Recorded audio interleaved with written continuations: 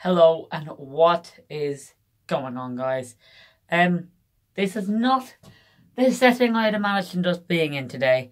I imagined us being in rainy Glasgow, under the watchful eye of Celtic Park. Instead, I'm in my room. What is going on? And this is the 1114 subscribers Q&A, as I did not get time to do a 1000 subscribers Q&A. So I hope you enjoy. Here we go. We're kicking off with questions from Instagram from about 10 weeks ago when I first decided to do this. First one comes from a big fan of the channel, Bose Mech. Why do you support Bose?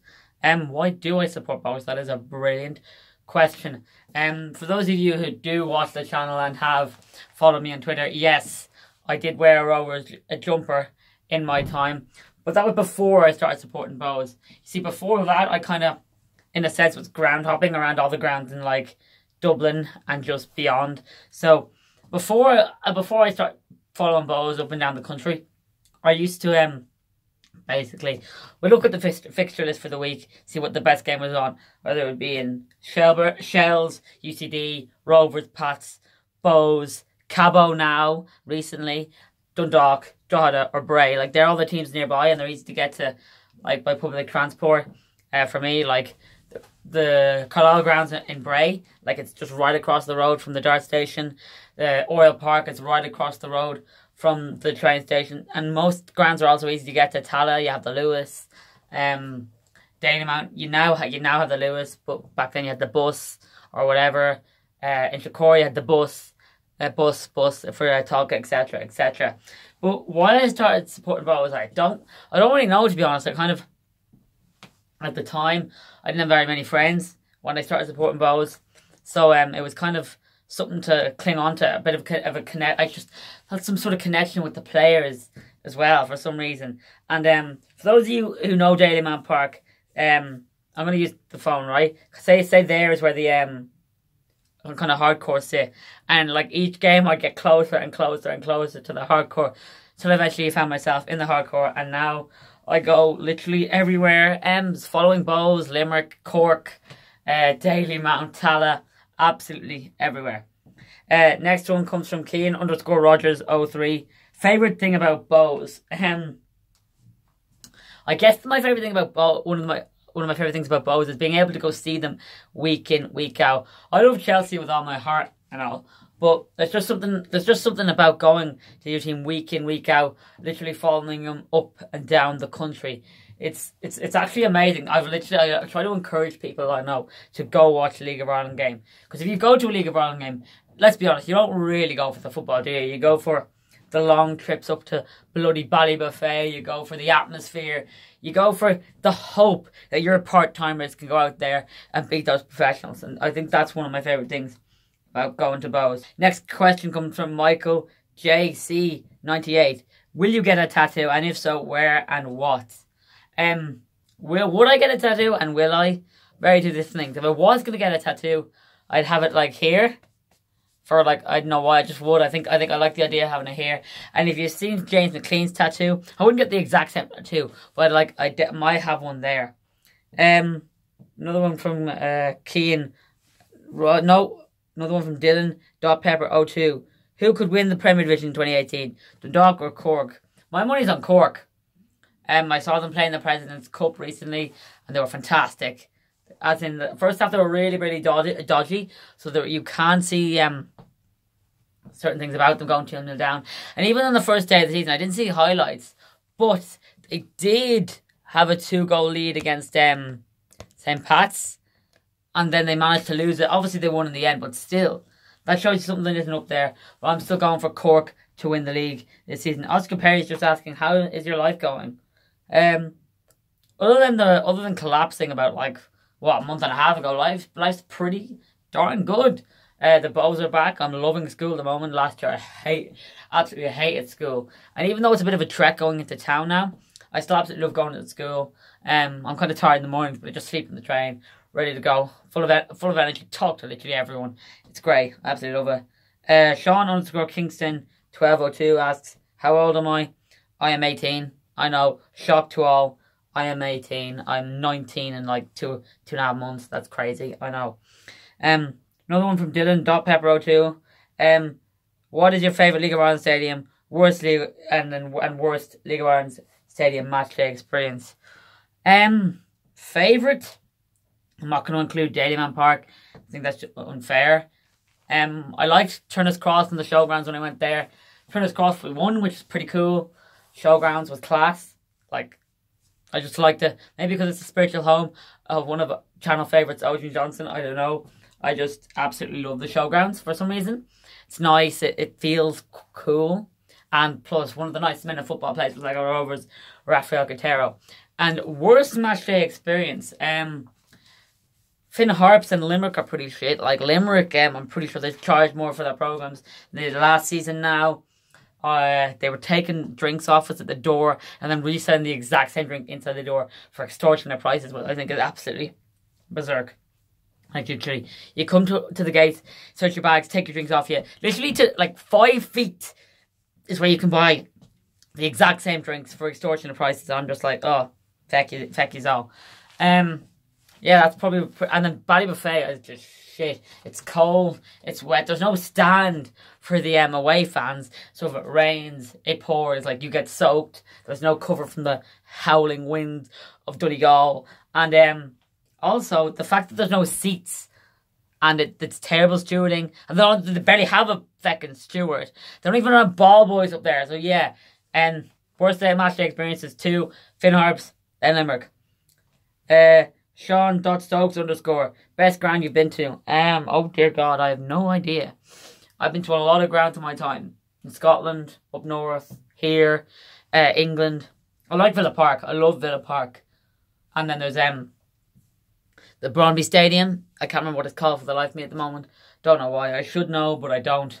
I'm going to go for Villa Park. There's just something about Villa Park that, like, I've only been there twice in the same season. The year Aston Villa went down, that Chelsea beat them 4-0, and it was a 0-0 draw with Newcastle.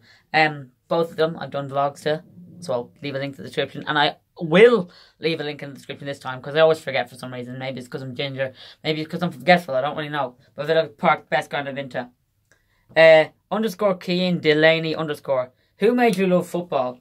Who made me love football? Didier Drogba, the man, the myth, the legend. First jersey I got, 07, 08, like a Chelsea jersey, a luminous away jersey. Really nice, beautiful piece of art for some people anyway. Not too kind in some people's eye. First jersey got Drogba 11 on the back. The G is kind of like slightly slanted for some reason on it. Maybe it's just the bad work from Lifestyle Sports and Swords. I don't really know, but he's the man that made me love football. He scored the 2 goals in that League Cup final. Scored the goal in Munich. Like, how can you not love the guy? He's played for Montreal Impact. He's now at the Phoenix Rising, who he's co-owner with and playing with. He played in China for Shanghai Shenhua. He came back to us, scored at Old Trafford. When I was in Paris, literally, I was the only Chelsea fan in that pub. And he just, like, gave me a bit of life, you know, show him what we were made of. It was just crazy. That was. I just bloody love the guy. He is literally one of the men who made me love football. Oh, dude. I can't describe how much I love Didier Drogba. What a man.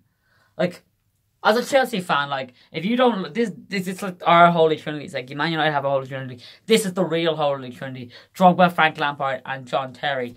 If you're a Chelsea fan and don't love these guys, you're not a Chelsea fan. You are just not. They are the greatest footballers to grace the Chelsea shirt. That is a fact. Next one is from _Lally22. Apart from Bows, who is your favourite Irish team? Apart from Rovers, who is your least favourite Irish team?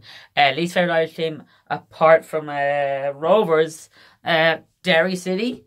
We just can't seem to beat them. They're always quite scabby when we play them. I gave out about them in my last vlog and go, watch that. Kind of answered that question. Now, this is actually one of the favourite questions I got from Ben_D33. If I could play FIFA against any football in the world, who would I play FIFA against?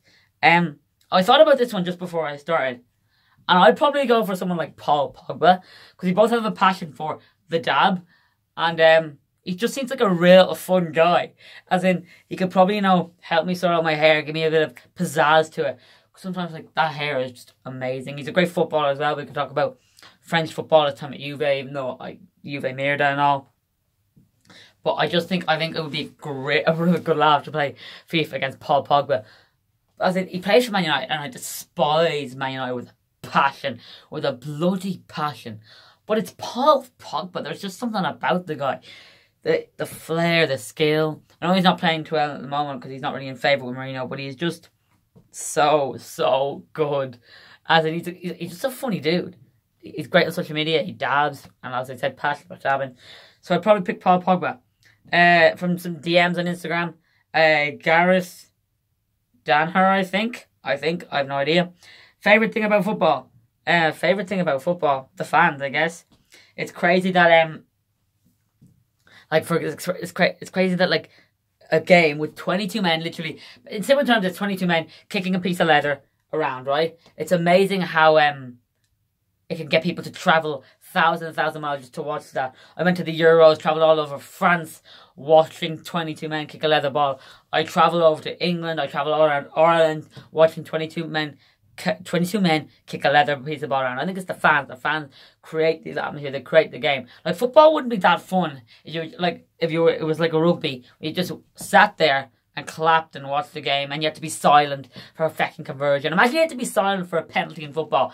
That would be crap. You're meant to try and put off the opposition when they're trying to take the penalty, because it's one of the most important moments in the game, and that's when you want your fans to put off the opposition, because that has an effect on players. You don't realise it, but in the interview I did with Derek Pender recently, he talked about how the fans had such effect on the game that night, and it was just, I love the fans are the best thing about it.